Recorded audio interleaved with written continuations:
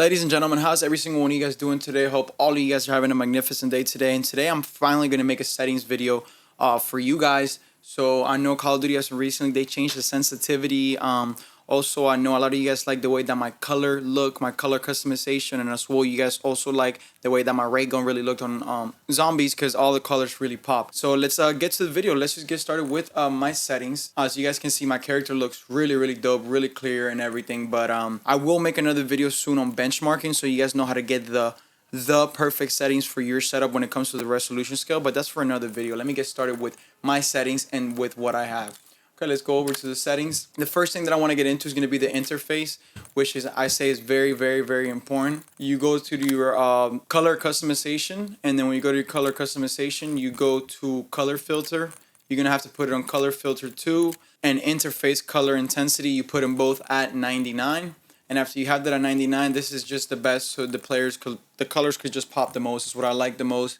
And then as well, for my enemies, I like to see them yellow. I think it's a lot better for me. So I don't know if you guys just like them red, but I do like them yellow. And then for myself, I like to be at the bottom left. I like it for me to be purple, and my teammates to have it as blue. So it's just easier to, differentiate everyone. Next thing that we want to be able to get into is going to be the display mode. So obviously the first thing we're going to get started with is going to be full screen borderless. And then obviously make sure your display adapter is connected to whatever GPU you actually have. Next thing they want to go into is the display gamma. 2.4 is not very good because that's usually for like bigger screens. I think 2.2 is just perfect for monitor if you play on monitor. If you play on a really big TV, I recommend 2.4. Next thing I want to get into is like all this stuff over here.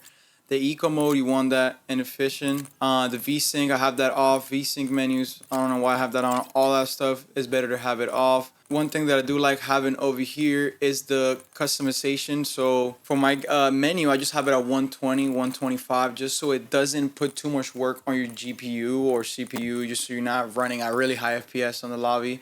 And then here, I just have it capped at 250 because I think that might be the max that I can get. But you can cap it to wherever your FPS is at right here. That's just up to whatever FPS. And if you're out of focus, I have it on 30. That's, I guess, if I go on, if I'm just not playing, I guess, out of focus. Okay, next thing that we want to be able to get into is going to be the reduced menu render. I have that. I just have that at optimal. Haven't really touched these settings as much. I just leave most of these how they are. And just to set up my custom frame limit. Next thing they want to get into is going to be the quality. This is what I think is the most important thing about the game. Upscaling, sharpening, it's very good. I like the fidelity cast. Some of you guys, if you have an AMD card that's not very good, you can use the FSR1 or FSR3. It just looks really blurry, but I like this just so you can have those really dope colors. Fidelity cast really brings out life to the game. I have it at 80. I used to have it at 100, but I think that was just way too much. So I just literally just left it at 80. I think 80 is just perfect for it.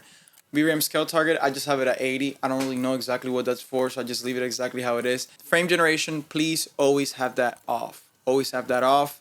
And over here, you guys might be wondering why I have my render resolution at 130. The reason why I have it there is so when I'm in a game, it relies more on my GPU and not my CPU. You always want to make sure that your GPU is as 90 to 100% usage at all times, just so you're using most of it and nothing is relying on your CPU.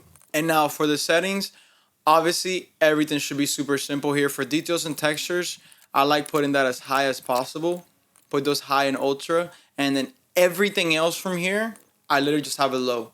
Low, minimum, minimal, everything as low. I don't know why that's not low. Everything as low as possible. Everything low or off, except the texture quality and the texture resolution, the texture filter, just so you have good, textures. That's which is I think the most important part. Everything else is low, just so you have good graphics. Yeah, that's pretty much it. And then for view over here, honestly, my field of view is 120. I think that's how you get the most FPS, if I'm not mistaken. And I just need to be able to see the whole map. ADS field affected. Weapon field of view is default. Vehicle field of view, it'll be on default as well. I haven't really touched much of the stuff over here. The world motion blur just off. Anything motion blur wise off. First person camera 50, and yep.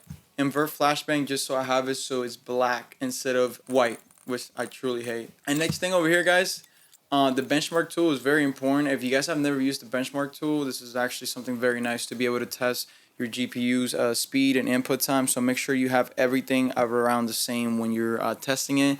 What I mean by that is that your input time for your CPU and GPU should be around the same, so 5 to 6 ms. Make sure they're all the same so you have the best benchmark, and you can see the numbers and the percentages as well. This is very good. This is how I was able to get literally my perfect settings, and how I was able to mess around with the resolution scale and the upscaling and trying out. I tried every single upscaling, and this is what worked best for me. This is what works the best for me, and how I have the best colors and the best quality possible for me, still being able to play at 250 to 300 FPS, no problem. Okay, next thing that we want to get into is going to be my controller settings. If you guys want to see that, I show it to you guys. I have 230 and 2 thing. That's what I have, and obviously tactical because I need a slice. And then next thing, ADS sensitivity, which is instant and assist. Aim response curve type, that's going to be dynamic. I think it's just, that's the only one that you should use. And for custom sensitivity, I have everything on 35 except the ADS sense multiplier on high zoom, which is for the sniper. I have that on 65 so I can drag with the sniper when I 1v1 or whatever with my friends. But I think this is just overall just everything that I have. You guys want to see some of my movement stuff? You guys are more than welcome to look at them. I haven't really touched these very much. I don't know much about these over here. That's what I have here. Let's go to the movement advanced settings, toggle off.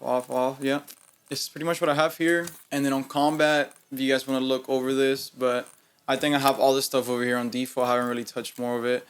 There's one thing that I do recommend, the sprint assist delay, just have it on 0. So ladies and gentlemen, as you guys can see in the background, this is pretty much what my Call of Duty looks like with all those settings. Everything looks super bright, super nice, super colorful. It looks like a very live Black Ops game. I really like the way it does look. Now, the next thing that I want to get into in this video, before I end it, I am going to help you guys learn how to use the benchmark tool. I'm going to make a specific video for it. I just finally learned how to use my AMD recording app, so I'm able to record videos live, and I can teach you guys how to do a lot of the things that I know, how to get the good settings and the good stuff. It doesn't matter if you're on console. I mean, I know you guys doesn't have as many options when it comes to the settings as we do on PC, but you guys can definitely learn a lot from these videos when it comes to the color customization, and there's little settings that PC and console do have in common. So that's one thing that I really want to focus on, teach you guys how to get it, because I know Call of Duty does not have the very best optimization. I have a super high-end PC, and I'm only getting like 250 to 300 FPS. I mean, every other game that I play, Fortnite, I get a stable 360 FPS. Rainbow, let's not even talk about optimization. We get a stable 360 FPS. So Call of Duty is a little bit different when it comes to the other games. Any other games I can play are super high settings, and I'm able to get the very best FPS. But on a game like Call of Duty, you kind of have to tweak out the settings, learn how to use the benchmark tool, just so you get everything to the best and you get everything adjusted so you have the best performance possible. But anyways, ladies and gentlemen, thank you all so much for watching this video. I hope you guys are enjoying what it looks like in the background. Also, those are a video with my settings, how I'm sniping, my aim down sight, and that's one specific reason why I do have the 65 ADS on the sniper. But yeah, anyways, thank you all so much for watching this video. Take care, every single one of you guys, and yeah, peace out.